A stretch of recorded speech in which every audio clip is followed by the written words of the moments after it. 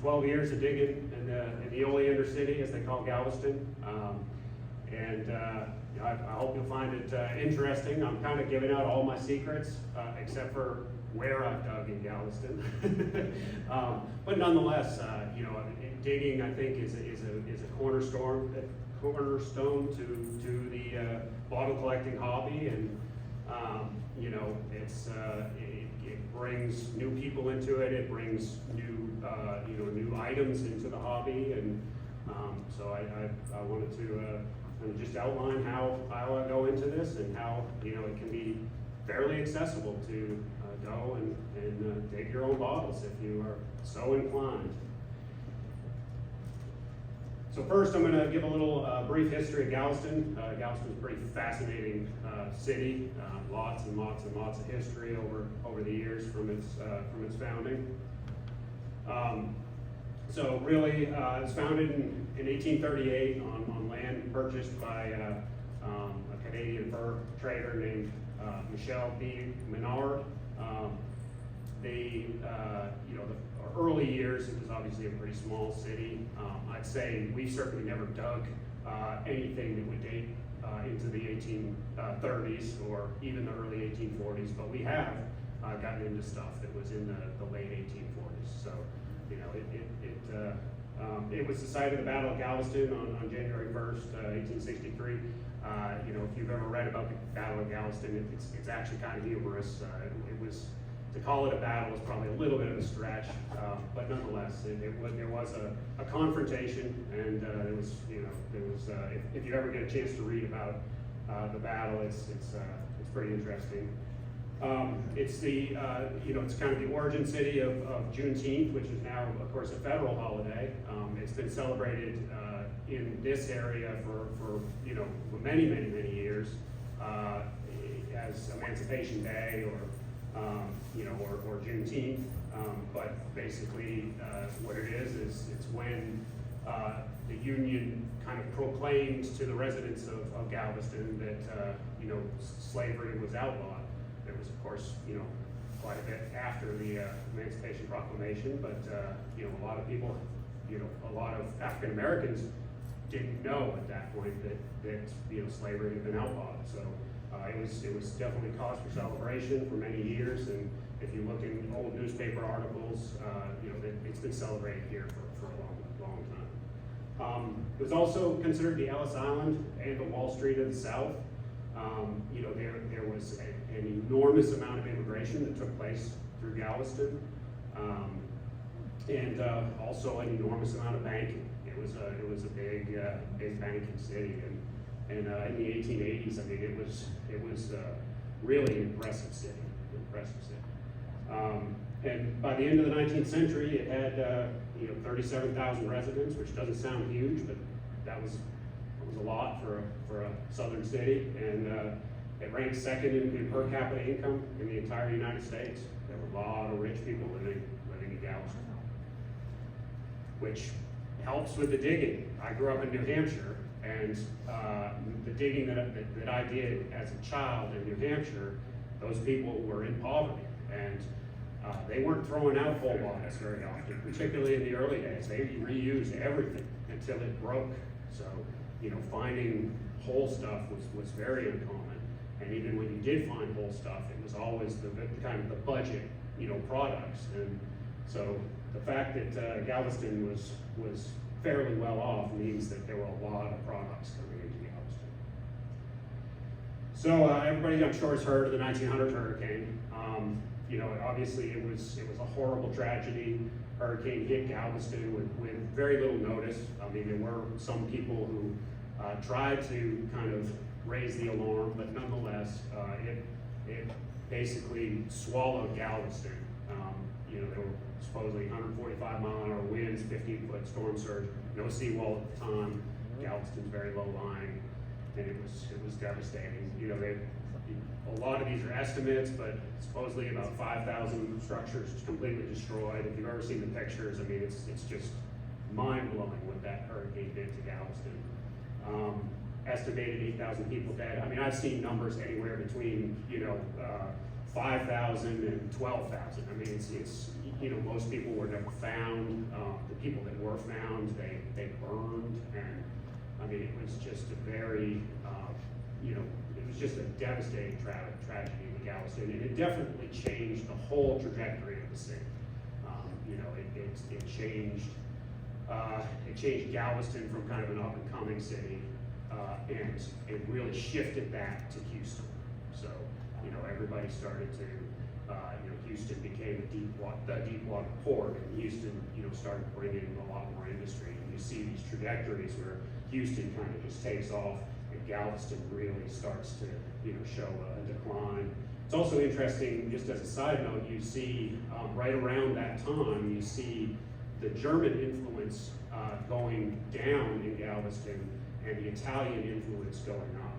So I don't know enough about that to know if that was associated with kind of the hurricane and the impacts of the hurricane, but all of a sudden the bottling works, instead of being owned by Germans, they were all owned by Italians, and you know, there was a big business transition there where, you know, there were certainly still plenty of Germans left in Galveston, but the Italians really started to build businesses and so forth.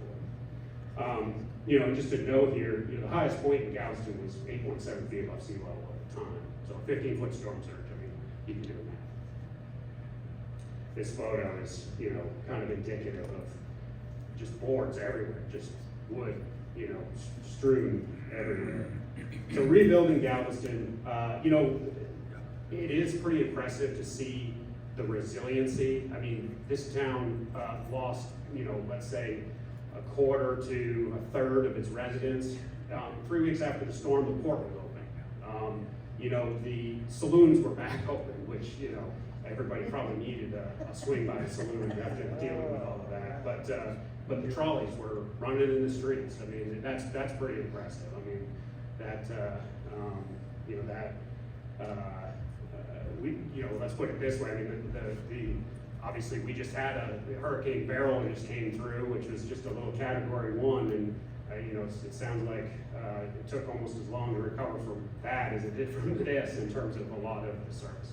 So they really focused on, you know, kind of immediately really going after rebuilding. And then from 1902 to 1904, they built a 17-foot seawall from 6th Street to 39th Street, which is 4 miles long. Huge, huge undertaking. Lots and lots of pictures of how this was done. And of course, if you go to Galveston, you can see the seawall. You know, it's now much longer, but you know, it's quite the engineering feat that they did there. And then from 1901 to 1911, they raised 500 blocks of Galveston from anywhere from 8 to 17 feet. I mean, it's incredible how much, you know, of that, you know, grade raising was done. So, you know, basically with the grade raising that they did, so they built this seawall, and then behind the seawall, you know, they basically were bringing the land up to the level of the seawall. The seawall was on the, you know, the Gulf Coast side. Of course, there's a bay side and a Gulf Coast side of the island. And, you know, but basically what they did is they designed it so there would be a taper from the seawall, and originally it was supposed to go all the way to the bay. There was going to be, they were going to fill the entire island basically from side to side at a taper. Now they didn't end up doing that. For the most part, they basically tapered it from the seawall to kind of the, let's say, the middle of the island. But nonetheless, they divided into quarter-mile square blocks with dikes, and basically they raised the houses in each block. Now, people had to pay to have their house raised. That wasn't paid for by the government. So they would put you know, jack screws, and they would jack these houses up. And then if you couldn't pay to have your house raised, they would just pump the sand in anyways, and you would either just lose the floor of your house, or basically your house would be wiped out. They weren't really, you know, like I said, if you couldn't pay to have your house raised, that was what. And so there are a lot of houses in Galveston that lost a floor during that time period, where, you know, there's a floor that's underground, you know, that's now covered. The city raised all the utilities, and at that time, they also, I think, put in sewer systems and things like that in the areas that they raised the grade on. They basically just pumped sand in. They just took sand from from the beaches or from the, offshore with big dredges, and they pumped it in a slurry, and then the water drained off and the sand stayed behind inside these dikes, and they just did it in these quarter. So obviously there's some serious implications to that on digging in Galveston, because yeah, exactly. So first off, like I said, they installed sewer systems at the time. So the areas where they raised the grade, after 1904, 1905, there likely weren't any privies. So, you're kind of in a situation where the lots that were raised are probably not going to have a ton on them if they were raised, in this grade raising process. And that's been kind of proven out. We've dug on a few, and yeah, we found a few things, but they seem like more just some stuff that floated or was tossed over houses or something like that than an actual privy or trash bed or something like that. So the sand causes big problems, and Andrew can attest to that as well.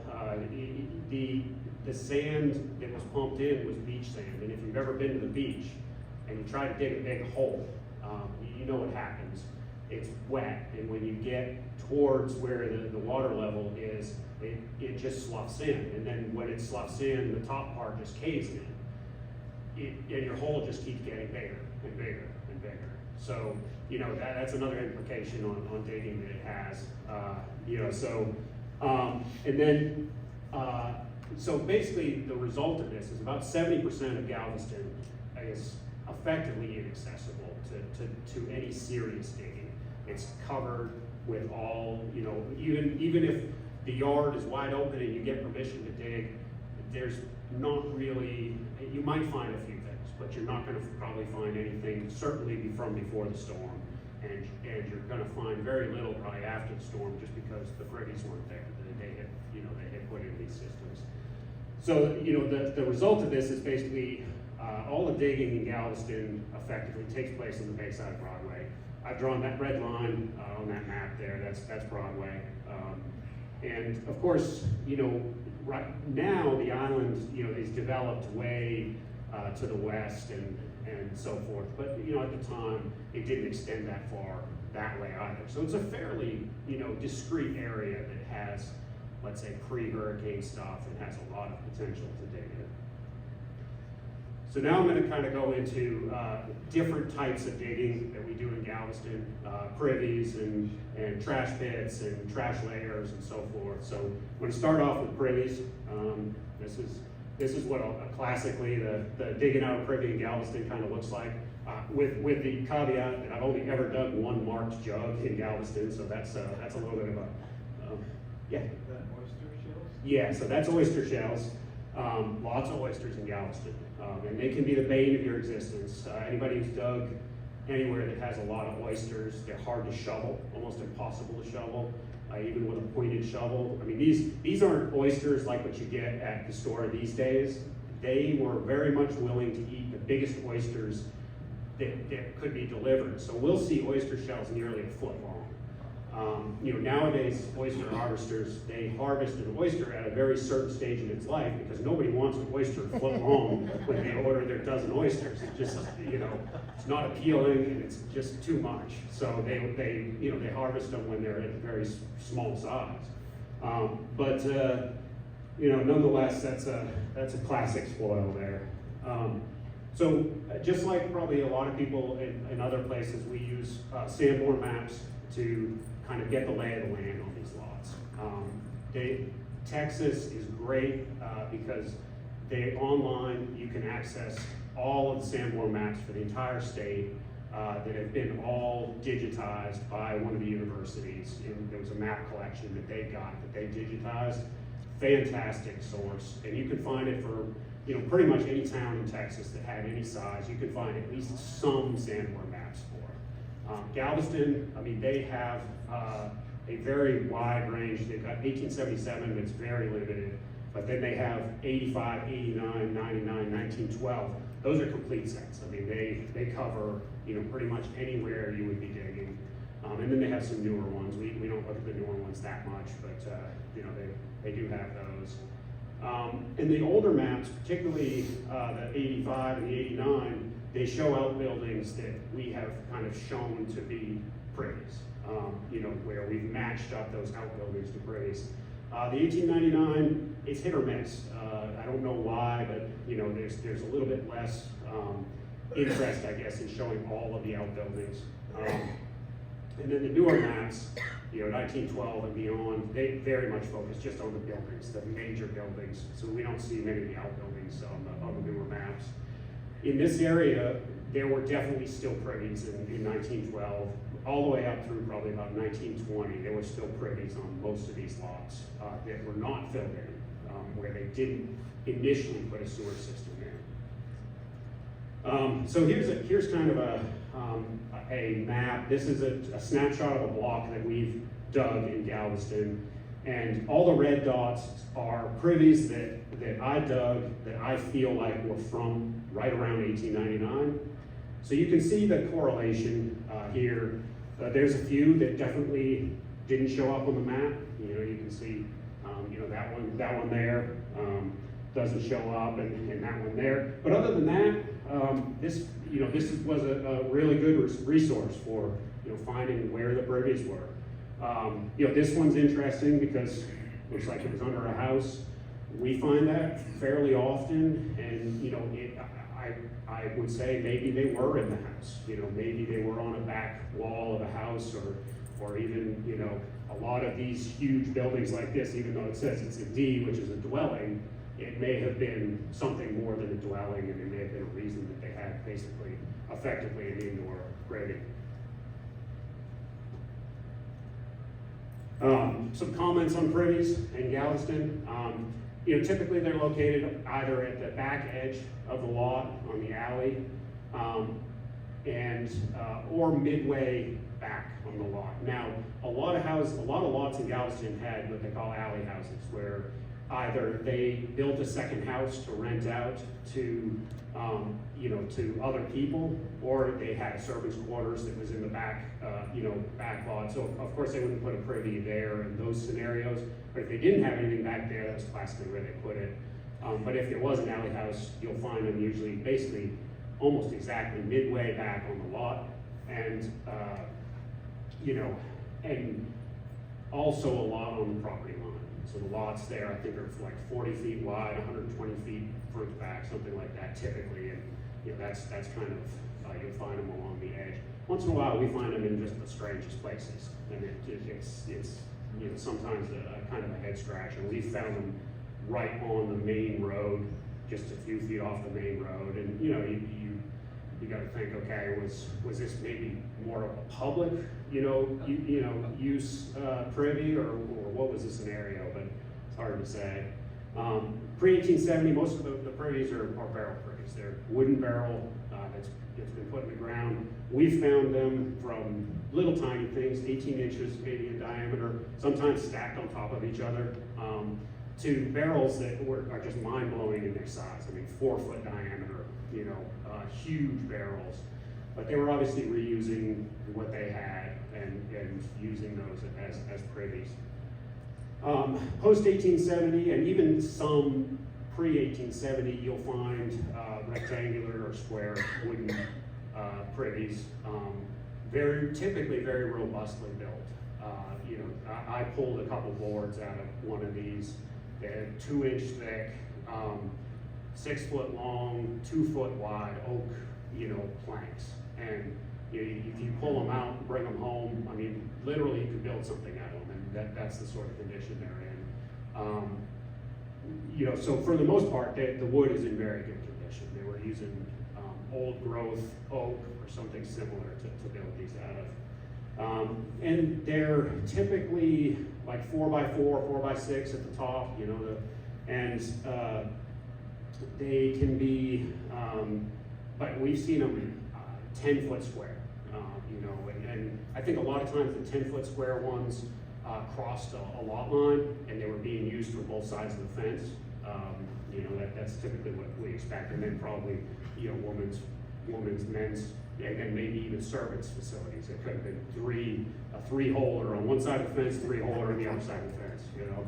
And we have found as well, definitely different stuff, different genres of stuff on the two sides of the fence. So, you know, you can kind of tell that there were different people using in different areas of the segment. We've never seen a brick or stone privy. Of course, there's no stones in Galveston, it's sand. So you wouldn't expect that, but we never see brick ones. I'm not gonna say that there aren't brick ones, there certainly could be. The one time we thought we found a brick one, it ended up being a well, we believe for a fire station. So it didn't end up being a privy. It was full of trash, but it was not a privy. They typically go 6 to 7 foot below the current ground level. Now, Galveston has quite a bit of fill, even in the areas that weren't filled. So that's probably, there's probably typically at least 2 foot of fill. So that kind of gives you an idea. But we've had them go as deep as 11 foot, which is a nightmare because of the water table in Galveston. You end up just, you know, being in the water. And then I just made this note here. I mean, if you dig a 4x4 by 7 foot privy, you're talking about 12,000 pounds of soil that's coming out of that privy and then going back in, you know, the gas. So it's a lot of work, even for what could be considered a fairly small privy, because this is wet dirt. You know, this is not fluffy, you know, privy dirt. This is wet, compacted, nasty stuff. So, nonetheless, probing for privies. Like I said, that that's Grayson in his younger days. You can see in the back there, water. You know, Galveston's low and it holds a lot of water in a lot of places. But nonetheless, you know, due to fires, a lot of old cities have had fires, and Galveston's no different. Reconstruction, hurricanes, a lot of these lots just have kind of a rubble layer for the first foot to 2 feet. Bricks, oysters, wood, all sorts of different stuff in the top few feet. Very hard. There's also a lot of brick walkways and patios and stuff. You know, so you've got that, and there'll be a lot of times a foot or a foot and a half below the current level. You'll find it just a layer of brick. A lot of privies were dipped, so you know, I usually use a 6-foot probe, but a 6-foot probe isn't always going to get you to the actual trash layer, because the trash layer may only be 6 inches at the very bottom of the privy. So I do have a 9-foot probe that I got from the old West bottles, and you know, that's good for when you 6-footer, you know, can't quite get there when you have these dipped privies, because the dipped privies still worth digging. Typically I use, and people probably cringe at this, but it's basically a necessity in Galveston, I use a utility probe for my primary 6-foot probe. I use a TNT, you know, hex probe with, they've got threaded replaceable tips. And they work well. You know, the downside to them is they're not as sensitive as a you know, kind of like an old West bottle's very thin probe, but you're never going to get through to the stuff if you don't use a heavy duty probe. It's just, there's too much rubble, there's too much of that sort of stuff. So we end up having to use a heavy duty probe. Like I said, I have a 9-footer. I've also got a hammer probe. You know, that's no fun to use, but once in a while, you know, you have to use it. It wakes up the neighbors, so you know, it's kind of. And then more recently, I did get a 60-volt battery hammer drill with like a 3-foot bit. That'll get you through the rubble, makes it a little easier, particularly in the summer, to, you know, probe, because that probing will really wear you out. So, you know, those are some of the tools that we use to probe for graves. Digging, well, you know, these typically got a long-handled pointed shovel, a short-handled shovel, bucket for bailing water. We usually have like a little scoop to take out some of the lesser water. You want to try to bail these down as best you can until you get to the true water table, and then you got to stop, because if you don't, the sand will just start eating you up. But a sledgehammer, you know, breaking up whatever, old sewer pipes, you know, cement, whatever. We call it two-prong. It's just a spading fork with two of the tines cut off of it. That's really good for being a little easier on things than using just a shovel, because you can push it in. You don't have to jab it real hard. You just slide it in, and if you do hit a bottle, you usually don't break it. And usually you just hear that little tink, and you then know there's something there. I'm gonna really take my time, but you just slide it in, you kind of twist it and break up the soil, and then you're able to shovel it out, so that you're not plunging the shovel into kind of virgin soil. You hacksaw, you know, we hit a ton of old pipes and stuff like that on these lots that, you know, are obviously not in use anymore, but are, you know, our obstructions. Clippers, gloves. I buy, for like less than $1 a pair, I buy like jersey gloves.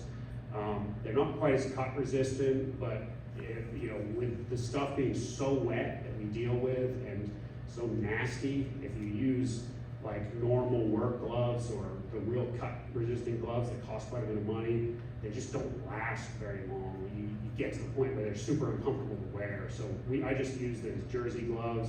They're fairly cut resistant. They work pretty well, and I just throw them out after each day.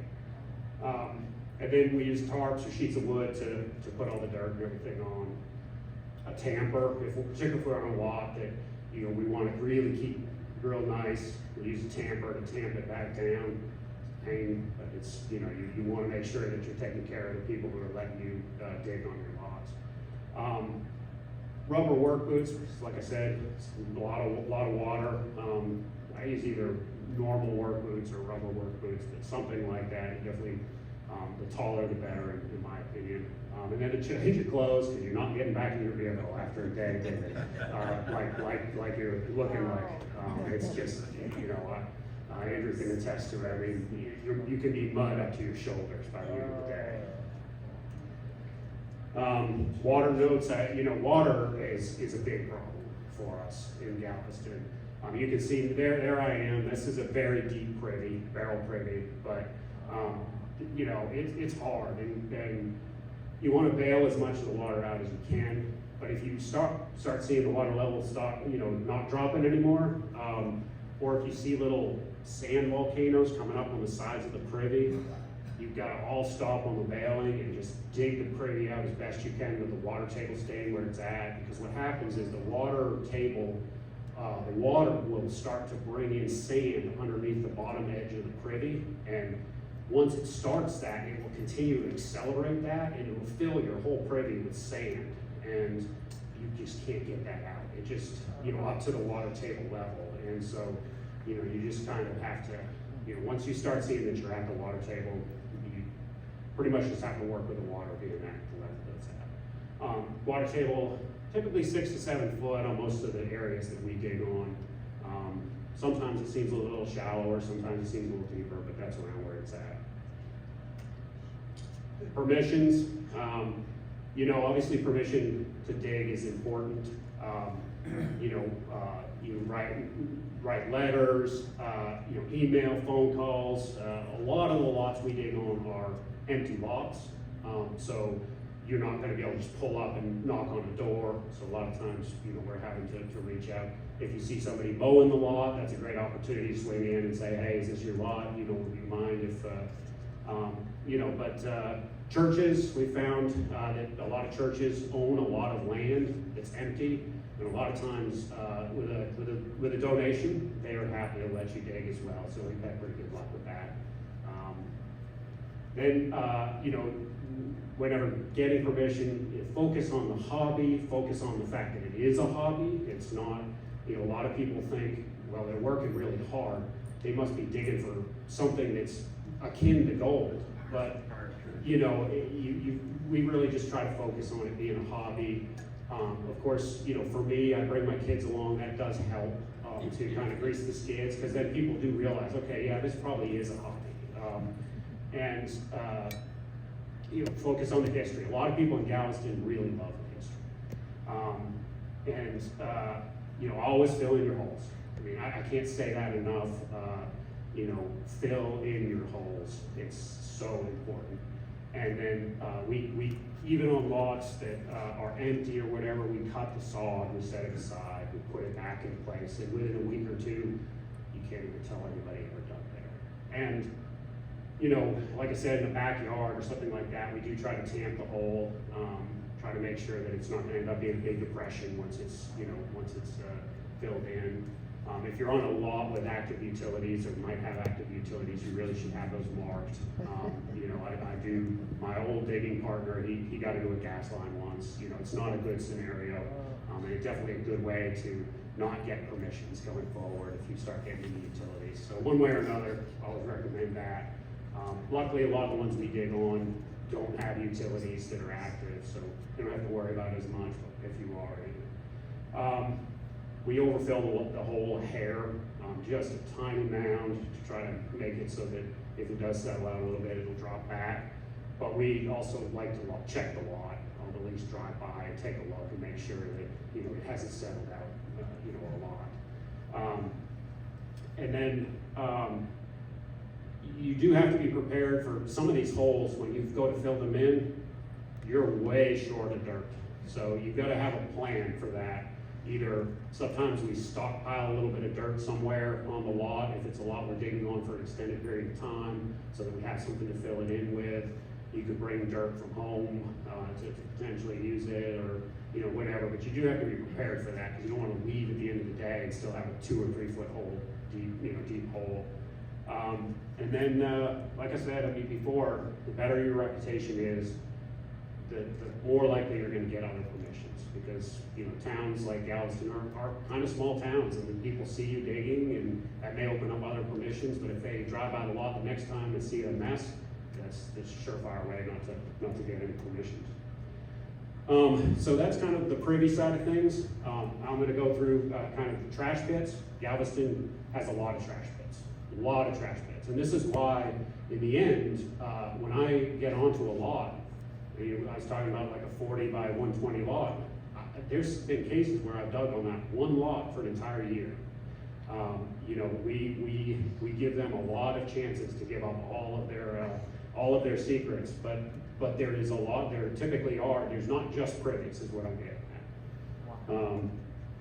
So you know, I know a lot of cities, privies, you know, once you find a couple of privies on a lot, that's kind of it. That's all you're probably ever going to find, and you move on to your next lot. But in Galveston, there's lots that have trash from end to end.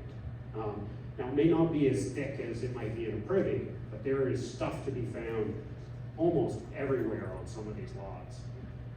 Back lot lines and along the fence lines, they dug trash, they dug holes, and they would bury trash periodically in those holes. There's also sometimes big oyster pits, huge oyster pits that have, you know, just a lot of stuff to find in them as well.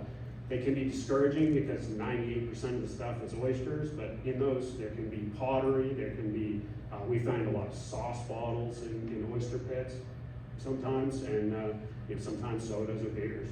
So, and then we found trash pits where we know for a fact there were houses, like underneath the house. I don't know what the story is there. My speculation has always been that maybe, let's say the house might have burned, and they might have just dug a hole under where the house originally was, and kind of pushed all the debris and whatever happened to be under there into a hole, and you know, or some scenario like that. But nonetheless, you don't want to look at the Sandmore map and say, well, the house was here for 40 years, and I'm not going to even push a probe in that area, because I can tell you that we found some pretty incredible stuff in areas where we know the house was sitting, at least for a long time. And like I said, all I can think is that maybe there was an interruption in there being a house there just long enough for them to bury some stuff Trash pits, this is speculation, but what we see, trash pits, I think there were a lot of yellow fever outbreaks.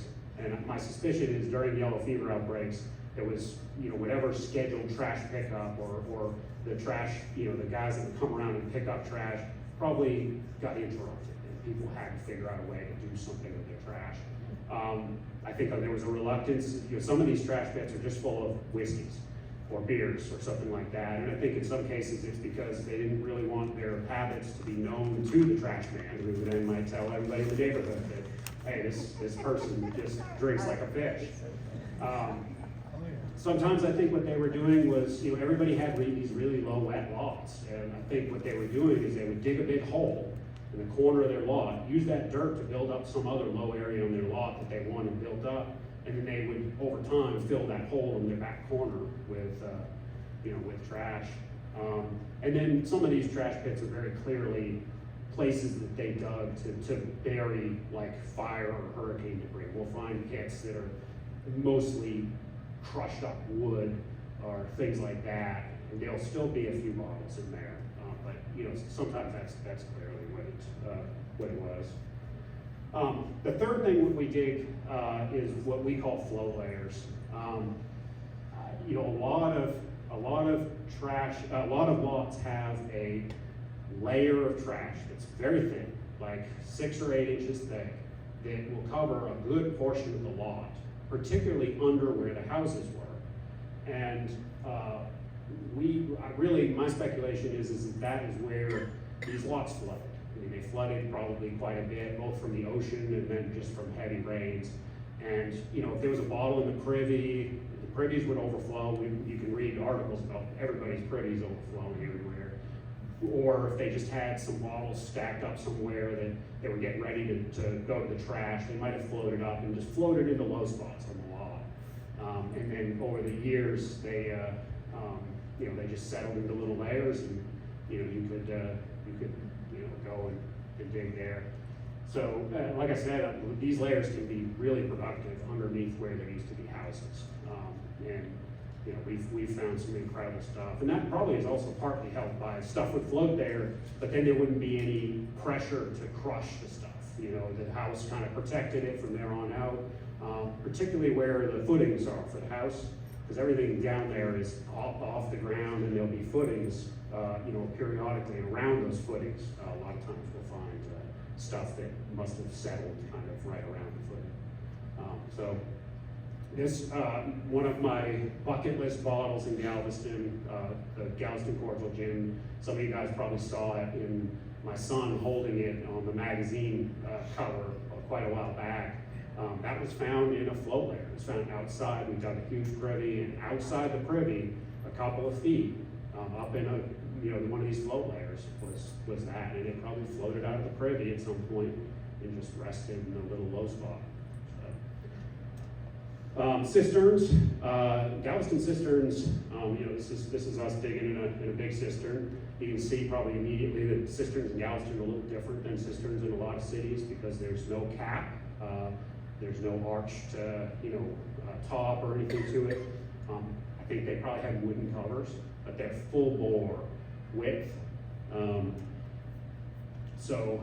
Really about 25% of the lots have these big mortared, mortared brick cisterns, and basically they can be, 10 to 15 feet in diameter, 7 or 8 feet deep. Of course, they get deeper at the center, and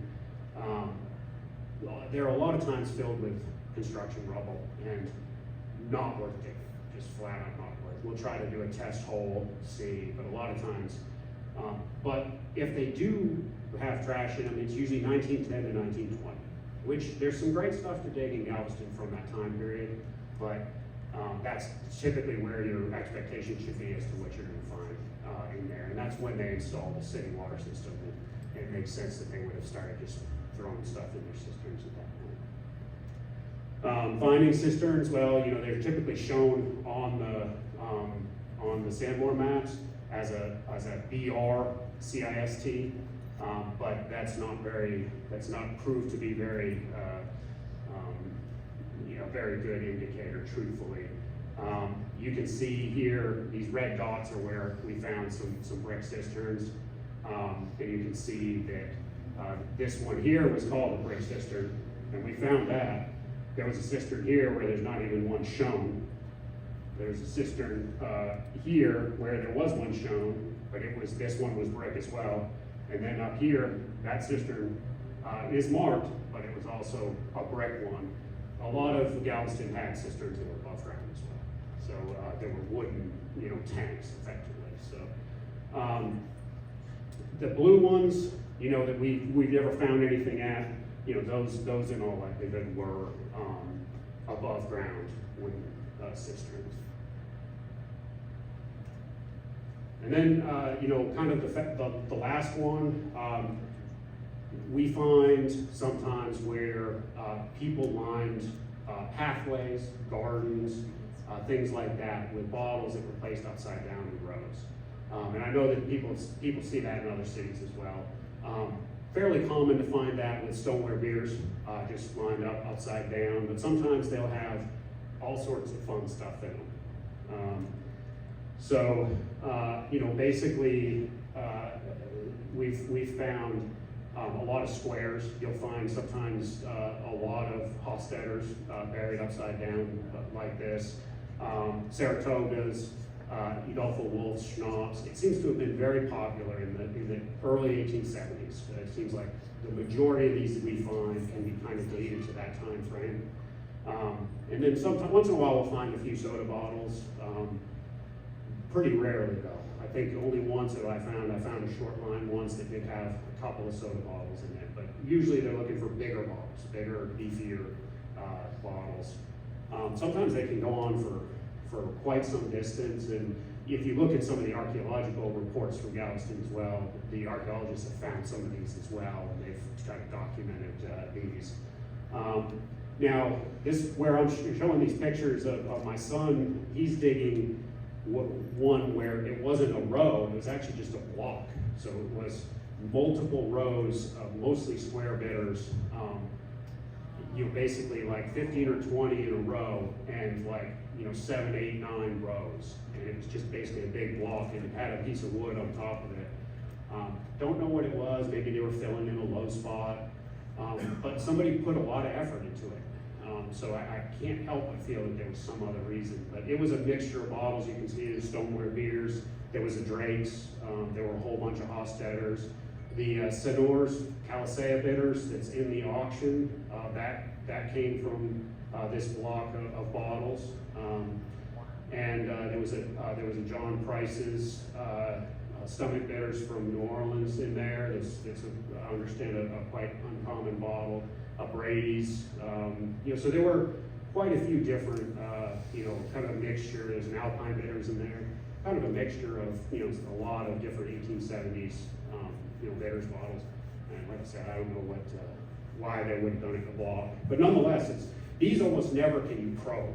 So usually you stumble on it. You're digging something else and you find this row, and then you start chasing this row all over the place. Andrew chased one for quite some distance one time. So, anyways, now to the part where I'm sure probably most of you sat through this and were like, man, when is he going to get to the stuff he's actually found? But nonetheless, I thought that at least that first part would be interesting to some people.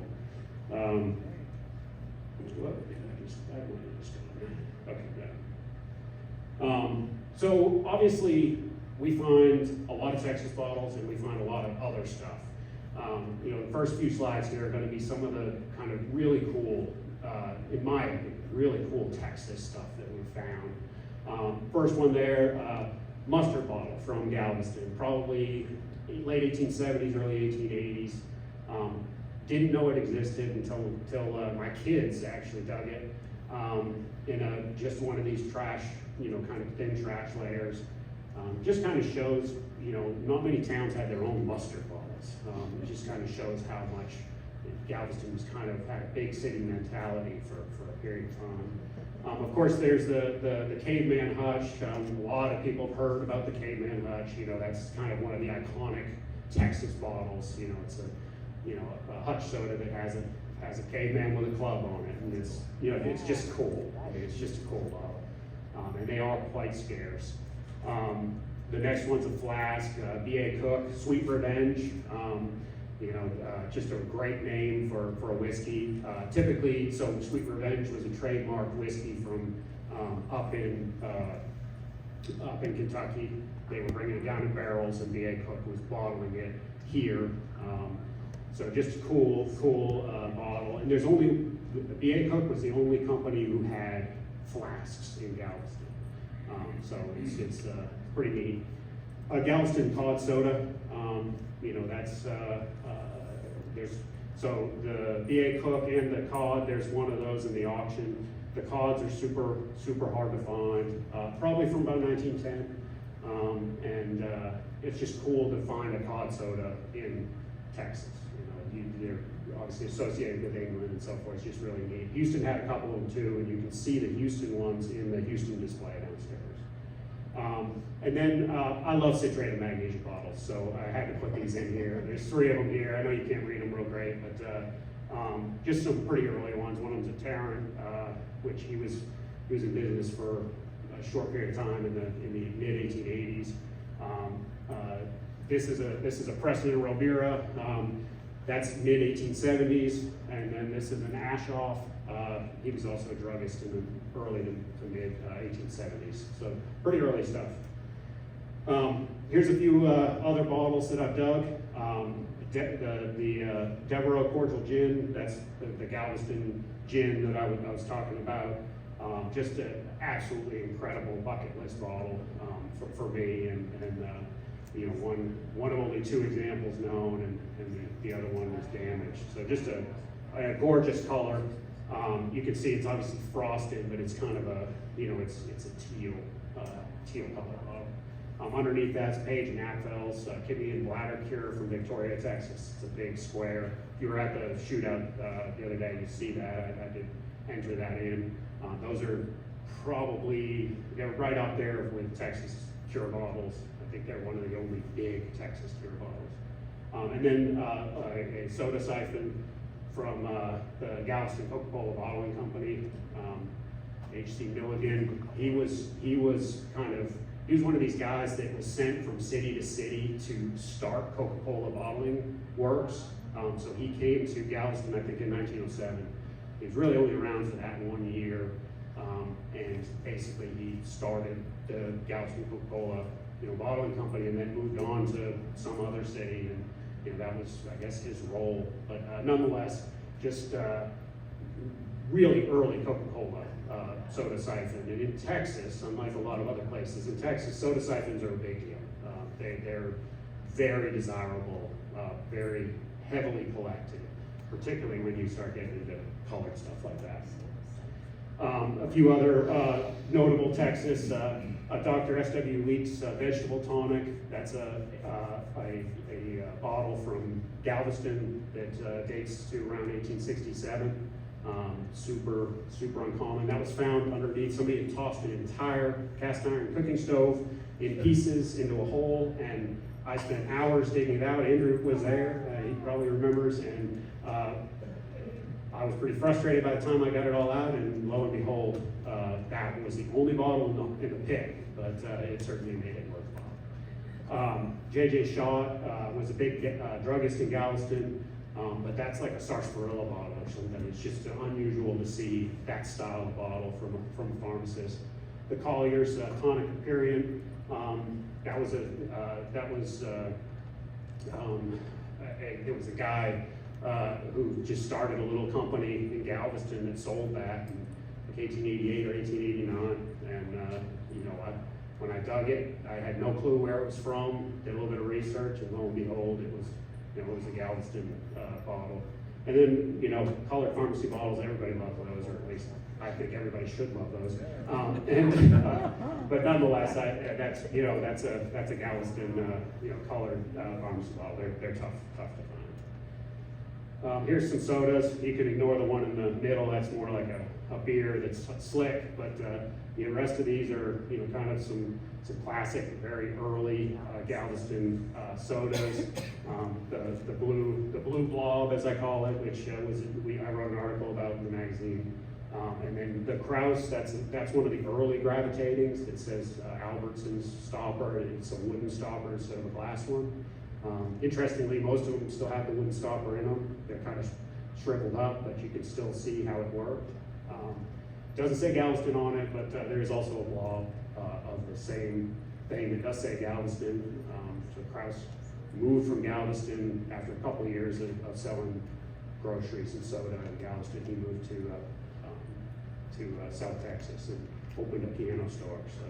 So I guess the grocery business wasn't for him. And then Canterbury and Curtis over here. It's kind of a neat story behind that. You know, Canterbury was really probably the first true Galveston bottler. Conant bottled with a branch in New Orleans and in Galveston, but Canterbury was the first to really have its own. And he shows up in directories all the way back to 1856, having a soda water manufacturing. We were lucky enough to dig the lot that his soda water manufacturing was on, and I could do a whole presentation on just that. But nonetheless, Curtis, that is an anglicized version of Cortez. Cortez was his partner later on and actually took over the bottling works later on. We don't really know why these bottles were embossed Curtis. If it was an intentional intentional change, or if it was a mistake on the part of the mold engraver or what, but it's the same guy. Milks, love digging milks. These are just a couple of examples. A lot of milks from Galveston don't say Galveston on them, so it's kind of, you dig it in Galveston, you assume it's Galveston, and you look it up in the directories. I mean, that's the path, because that Harris is a Galveston bottle, and of course it doesn't say anything else. The Metropolitan Milk Company, E.P. Pomeroy, manager.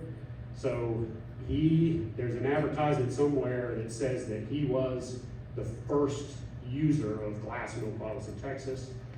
It's from the early 1890s, and just a cool bottle. And then of course the Galveston model dairy, there's a lot of different versions of their milk bottles. I love milk bottles. I know it's not something that a ton of people collect, but I love these early milk bottles. We did a lot of British stuff. Of course, it's Galveston. A lot of British stuff showed up there. So we've got some kind of cool old. That flask over there is from Liverpool. Dug it at a male boarding house in Galveston, where obviously somebody toted it off of a ship and cost it the privy. The flask next to it's definitely British, not American. Just a kind of a coffin flask.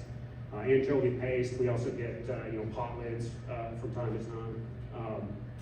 The Holbrook with the some sort of food bottle.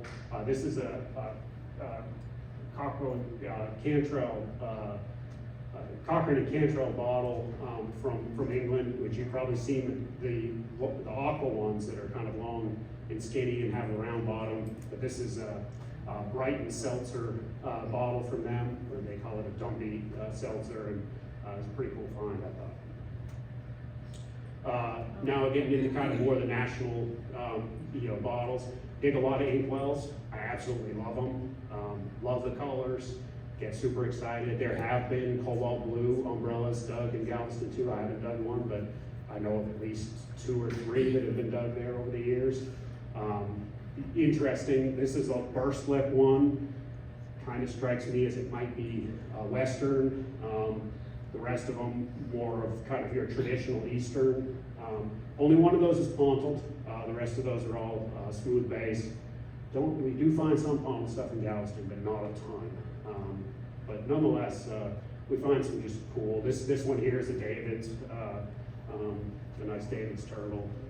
So love these. Hofstetters, we find them in every shade under the sun. I've got more than this set aside that kind of fills the entire amber, coloration, up. So I try to keep them. I like the ones with the super crude, embossing, or the serifed letters that you have there. It's a Hofstetter's, but these nice early, mostly L&Ws are just cool. And some of the embossing is just super crude, the crooked letters, and you know, a wonky S and, you know, apostrophes in the wrong direction and so forth. Dig a fair number of spring water bottles. You know, this one's bottled. Amazingly, you know, we do find bottled stuff, and that was bottled. But nonetheless, we find Saratogas. They made their way down. Usually, obviously not super rare ones, but still always fun to dig. Bottled sodas. Find quite a few of them. We dug a privy one time. It was a big barrel privy. Had nothing in it until the bottom foot and a half, but the bottom foot and a half had 20 some odd bottled sodas in it. So you just never know what you're going to get into, and that was from the, you know, the 1840s, late 1840s. And how we know that is there was a Taylor Never Surrenders. It was unfortunately the top knocked off, but there was a cobalt blue Taylor Never Surrenders soda in there, and that's from the late 1840s. But you know, a lot of them are from New Orleans, but you can see this is a New York soda. I don't know where this one's from. It has, I think, a big M on the other side. But you know, the bulk of them are from New Orleans, which is kind of what you would expect. We find quite a few, you know, kind of big squares. The Udolpho wolves. You know, those are always fun. Big size, small size. There's a Hyatt's. This is a Russ's aromatic schnapps. Pretty scarce bottle, I believe. We see the bitters, the Russ's bitters from time to time too, but they're usually broken. They're a bigger bottle, but that Russ's schnapps, I got into a privy that had been disturbed and filled with new trash all the way down to almost the 5 foot level. It was really discouraging. I thought it had hardly been dug, and it may have been, but I dug it all the way to the bottom. That was the only bottle that came out of there, but it sure made it worthwhile. Some more U.S. Bottles. You can see the Sonors there, the Brady's, that panel bottle is the Cornerman is Alpine Bitters. You know, and of course it wasted you know, perfume. This is it's hard to read here, but this is an R.R. Radway, but they forgot the R in York, so it says New York. So you know, just cool stuff. You know, Radways are usually pretty, you know, not super exciting, but it's cool to find one with that major of a mistake in it. And then you know, the Indian balsam. So you know, we do find some bottled stuff. Both of these are bottled. So this is an Alpine. This is an Alpine bitters right here. It doesn't say Alpine bitters, but when you research Cornerman, that's what they were saying. They were selling Alpine bitters. Yeah. Actually, can, on Ferd's site, you can. He actually did some research and has a little write up on the Alpine bitters. Now into the odd and unusual. I'm sure I'm like probably way over my time, but you know, nonetheless, I'll keep going here. You get, if anybody has to go, they can scoot on out. So the kind of the odd and unusual, we find a lot of this sort of glass. I always bring it home. It's pretty. I don't know what I'm ever going to do with it, but I figure if I don't do something with it, somebody will. So insulators, we find a fair number of insulators. You know, nothing super special, but we do find some fairly early ones, not threadless, but you know, fairly early ones. The one way over there, that's probably the best one I found. It's a pretty unusual CD of CD number for a beehive. It's kind of a pointed beehive with a really, really wide wire groove. Pot lids, I love pot lids. I really fun to dig. These are a few I've dug. A French one. 2 French ones actually, cold cream. We dig the toothpaste ones that are fairly common quite often. So, you know, it's just, those are neat. It just shows where stuff is coming in from, I mean, all over the world. Signs and plaques. So, you know, we found those 2 cigarette things stacked up one time. That was really pretty neat. This sign here, unfortunately, it was beyond repair, but Red Raven splits, ask the man. You know, I took some pictures before the paint completely turned to dust and so forth, just to kind of document it. It was kind of neat. The Lula E. Smith plaque, I've actually got it with me if anybody wants to handle it, but she was, so I dug that about 4 foot down on a saloon lot and did some research, and there's a Lula E. Smith that was recorded as living both across the street 1 year and next door another year. She had a porter and a cook, and she was arrested multiple times for serving alcohol and for running basically a house of ill repute. So really a neat piece. It's one of those things where I've documented on the back of it where it was dug and everything, because it's a really common name, and if you take it away from the context it was dug in, it could be any Lula E. Smith. But it's just really cool that you can link it to a specific person. She was in Galveston for a couple of years. There's records of a lawsuit against her the final year she was there, and then she just completely disappears.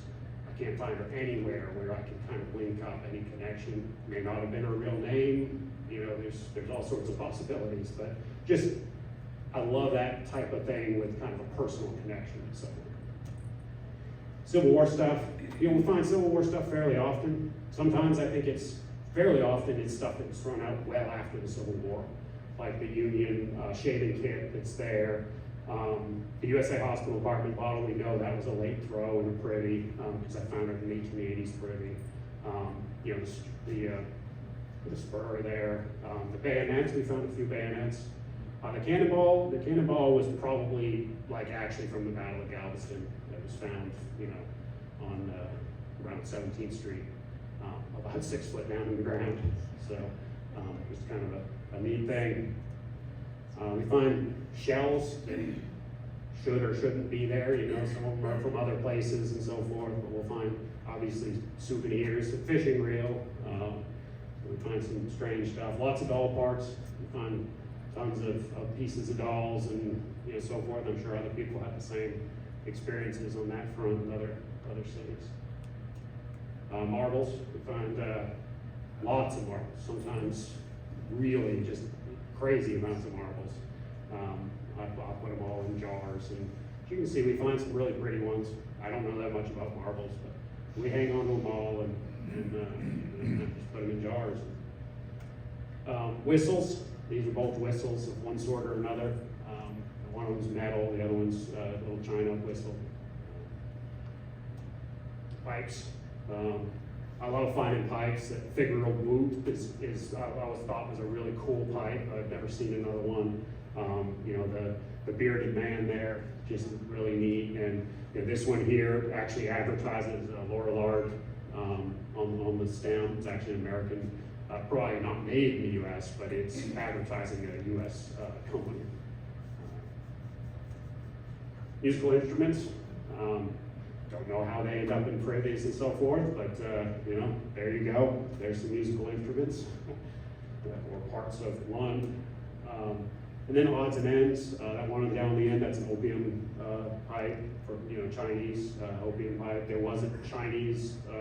There were a lot of Chinese in Galveston. A lot of running laundries and things like that. So there was a butter pat from the Menger, which is over in San Antonio.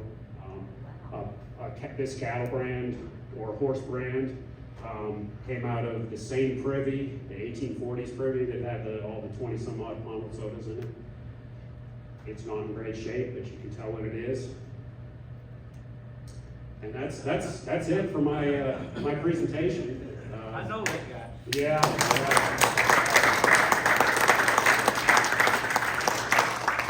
Yeah, question. How are probes used to identify privies? What was that? How are probes? Oh, yeah, so what you're looking for is you're looking for an area of ground. In a lot of cases in Galveston, you're looking for an area of ground that feels a little different than the ground around it. That can be either that there's a little bit of a crunch. Sometimes you literally can tell you're just tapping on glass, and then you're like, yeah, there's something down there. But other times it might be that you're hitting a few oysters where 2 feet away at the same level, there's nothing there. Sometimes it's just a super soft spot. Like you break through, kind of the fill layers, and all of a sudden your probe will almost go down on its own. And that'll be where you're hitting a bunch of crushed up, chopped up wood. Those sorts of things. You're really just looking for somewhere that it feels a little different. than the areas around it. Sometimes you'll feel a little layer, and then it'll just go, you know, it just feels different. in a lot of cases. Do you ever tumble any of your bottles? It looks like you like to keep the patinas. I do. So simple answer is no. I don't tumble anything. If you look at my sales table downstairs, they're all crusty and rusty. I don't typically. I kind of leave that, like even with the stuff I sell, I kind of leave that to the end user. Hey, you know, if you want to, if that's how you prefer your bottles, that's fine with me. My stuff, I don't tumble. A lot of the stuff we dig is just so hard to find that if, you know, obviously there's some risk with cleaning, and I don't want to take that risk. And a lot of it, to be completely blunt, a lot of it, you know, isn't beautiful to start with. Even if it is shiny, it's still not beautiful. So it's kind of like, well, the history's still on it, and it just looks cool. So I certainly got tumble bottles. I have a lot of tumble bottles in my collection that I did not dig, and you know, I don't have anything against it. I just kind of, you know, for the stuff I dig, I don't go to that extreme on it. Did you ever have one dug bottle that meant so much to you that you wanted it in the original condition and had it tumble? I did dig one time like a big, clear, kind of very fancy perfume bottle that was really, I knew would look a lot better tumbled, and I did have that one tumbled. So, you know, it does, you know, sometimes they look so bad in a certain sense that you're like, yeah, you know, this, and that was a beautiful bottle, and I knew that, and not a valuable bottle, just a cool bottle. So, you know, I did. On that same note, what do you clean them with? Do you use like Wink or CLR or anything like that to try to get the deposit out of it? Or Yes, typically I use just water and a brush, and then I follow that up with muriatic acid. So you know, that'll get out a fair amount of it. I have considered using Wink, but of course Wink is effectively etching the glass. Yeah, right. You know, so it kind of evens out the staining, but it's obviously you're still going to have that haze one way or another. But I know a lot of people here do use Wink. Yeah, I was noticing when you had all those boxes of dog dogs, that they look so clean. I was wondering, you just throw them all in the dishwasher, or how do you? No, I individually clean every one of those dollar bottles. So, you know, at the Glass in the Grass event, I brought, I don't know, probably 2,000 bottles that I sell for $1 a piece. They're mostly, you know, like Duffy's and the newer Hofstetters and, you know, the Swamp Roots and stuff like that I dig. And I do clean every one of those. And I really do that because people really enjoy just picking through them, buying what they like. It's fun. It's certainly not worth the effort, truthfully, but it's fun. But yeah, I try to clean those as best I can. They are cleaned the same way as my good bottles are. I do an acid bath for every one of those. Okay. Yeah, go ahead. You mentioned that Galveston had been backfilled to raise the level of the ground. Are you having to dig below that to find? So primarily what we do is we focus on the areas that they didn't backfill. Yeah, so that was, you know, and there is still fill in those areas, but not quite as much. You know, but typically we still are working through 2 to 3 feet of, you know, kind of overburden before we hit where, let's say, the top of the privy would have been or something like that. But, you know, the areas where they actually pump sand in, it's almost undiggable. You know, and we very rarely even make the attempt. When you do your muriatic acid, do you dilute that at all, or is it just straight? I just use straight muriatic acid. Obviously, it's a little bit dangerous. You've got to make sure you're using, you know, gloves and eye protection and do it outside. But you know, you can certainly use it diluted. You just need to let it soak longer, probably.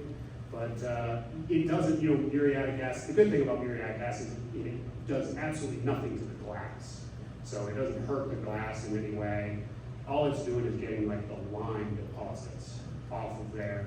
It's still not going to make it look perfect, but it does get out some of the How toxins. long do you leave that in? You know, usually probably 5 to 10 minutes. Okay. Yeah, that's, you know, if you dilute it, you'll have to just let it sit. And I know some people literally fill up a 5-gallon pail with diluted muriatic acid and they just sink the bottles in there. I usually just fill them with full strength.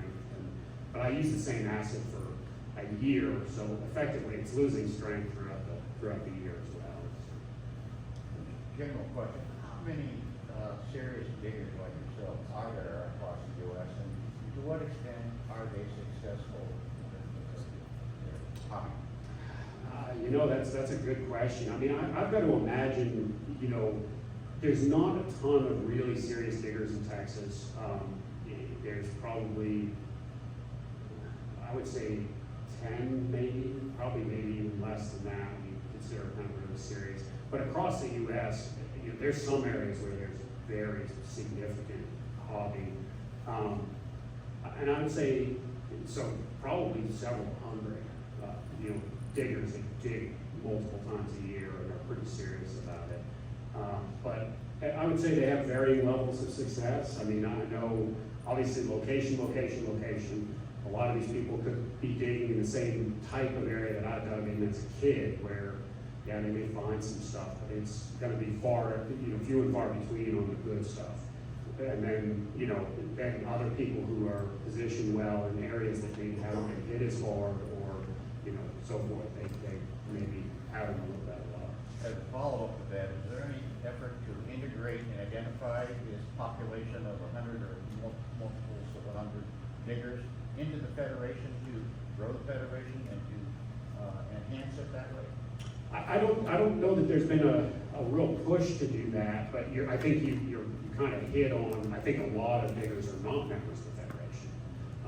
You know, and I think a little bit of that goes back to, you know, there's a little bit of, you know, history where, you know, I think that not all diggers felt necessarily, you know, super accepted in the federation. But I think that's changed. And I think, you know, the articles in the magazines that are highlighting digging and things like that, I think are really helping do that. So hopefully, you know, more of them will come in. I think the amalgamation of the two magazines helped a lot to bring people in because I think a lot of diggers were, you know, subscribed to John Pastor's magazine that may not have been members of the federation. So that probably helped. I think you literally have to tie into the local bottle clubs to find them and see who's popular. Chris Rowell is another example of a Baltimore digger who's very active as well. And so if you're around the Baltimore club a lot, which I am, then you would know him. So you could probably go to each of the major clubs around the U.S. and find that out. But I think you point out a really good need, and that is it would be a great resource for the Federation to bring forward books like this and to publicize the seminars and things like that. That's how you get smart about it. But it's kind of in its infancy, you know, like what we're seeing here. Yeah, and unfortunately, like here in the Houston area, there once was a bottle club, the Gulf Coast Bottle Club, but it's not been in existence for a number of years. And there's not a bottle club in Texas, period. So, you know, it is a little bit, I mean, we all know each other, but we're also spread out over a really broad area. So it's yeah. So how do you said you brought 5,000 bottles to A couple thousand, yeah. a couple thousand. How do you store and organize all your bottles? If I went to your house, I'd find a very lenient wife and a bottle lining the walls probably. But like your house does, you know, where you have them all up there with the color run. But I guess you have a warehouse or storage or something to store things. How do you store and organize your bottles? Well, the dirty ones are in the garage, and then the like clean dollar bottles, I don't really, those are basically, as I clean them, they go in boxes, and they literally just get stacked in boxes. I don't get too rambunctious about making, you know, they particularly organized or anything. So those just get stacked, and then those go in the attic, And then the better stuff that I bring to shows like this, you know, I've got divided boxes. You may have seen some of the plastic totes. There's a fellow in Texas that makes those that are great for sodas that are kind of divided. So I have those. And then my collection, I have the game room that was above our garage is really my collection room. And, you know, I have my collection. I collect New Hampshire bottles as well. I'm from New Hampshire originally, so I have a very large collection, and a lot of it's in there. You know, not 100% on display, but a lot of it. Yeah. I'm from Connecticut. If you moved back to New Hampshire, how would you verify the location of the prison? Because the probe, you know what I'm talking about with the soil. Mm-hmm. We don't have 6 feet of sand in Connecticut. The probing is going to be of limited value in verifying that location. I think you're still, if you're in a city, in let's say Connecticut and so forth, I think the probe will still be useful. You've got a fairly limited area, and you should still be able to feel glass, or you might use a different kind of probe than what I'm using, but you should still be able to feel areas that are disturbed or softer, or where there's trash or glass or something like that. Having probed in New Hampshire, I can attest to at least rural New Hampshire, privies are of absolutely no use. There's no sense in digging them. That's, you know, cities maybe, but, you know, small towns or rural areas, that's not where they get through their stuff. They just, the privies are usually very shallow. They moved them around a lot. They filled them in with rocks when they were done, because there were so many rocks in their fields and everything. And it's just, you know, me nor anyone that I know of has had a lot of luck in privies and rural, you know, New Hampshire and so forth. But I think still in the cities, I know that, like in Manchester, New Hampshire, I know that there's been quite a bit of privy digging done there, and probing, you know, kind of very similar. It's been successful. Well, I'm in a rural area, but our historical society, that's a late 18th century cabin. And I would just like to find the privy down there. Yeah, I mean, that would be, I think you certainly could probe. You know, a tavern should have had a pretty big privy. And furthermore, should have had quite a bit of glass in it. So, you know, I've got to imagine that it should be fairly identifiable. You also want to look, particularly in areas like that. In Galveston, everything's been covered over so many times that you can't go by this, but in a lot of places where it hasn't been all that filled, we look for depressions. Like if the yard is fairly flat and you see an area that has a little depression, that's usually an indicator that, you know, there's kind of an anomaly there. There's something that when it was filled in, settled out some, and you get a little pocket. The other thing I've always been told is, you know, look for big trees, because the privy was really you know, had great nutrients for trees, and a lot of times a tree would grow very close to where the privy was, and do really well. So, yeah, you know, even if you watch some of the YouTube videos and stuff, you'll notice a lot of the guys are digging privies, and they're right up close to a big tree. But I would say you verify it with the grower. Yeah. Was the debris from the 1900 hurricane, was that hauled off to one place, or was it just generally spread out, or taken out to sea and dumped, or? It was a combination of things. I mean, they tried to dump, they tried to dump a lot of stuff offshore, including the bodies, and then the bodies all floated back in, and that's when they had to turn to burning them.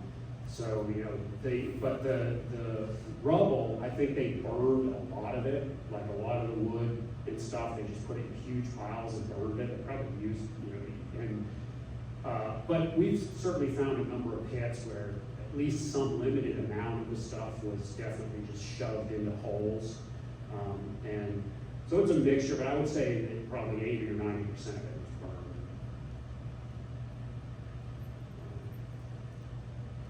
Anyone else? Yeah. This is more of a global question. If there were no, what do you say, legal or political restrictions, where do you think would be another place to go, you know, looking for bottles that would be wonderful? Oh, man.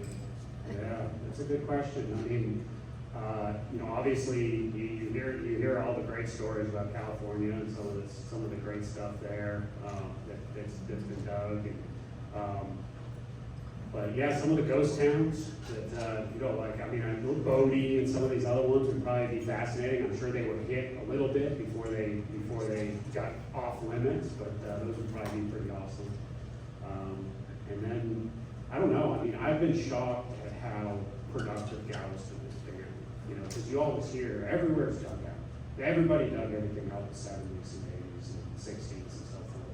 And I heard that even about Galveston, well, come to find out, they were all big dumps. They weren't digging great in Galveston. They had access to the city dumps, so that's where they went every day. Oh. You know, that's understandable. I mean, if you've got somewhere where you don't have to probe, probing is a project. So you've got somewhere you don't have to probe that you can just go to and dig. You know, that's obviously where everybody's going to kind of, you know, lean towards. And so, you know, that's, I think, you know, Galveston's been great. I'm sure, you know, I live closer to Houston, and I've done very little digging in Houston, but I'm sure Houston would be pretty good too, if you could get permissions and you know, get, find some laws. Anyone else? Well, I sure appreciate everybody coming.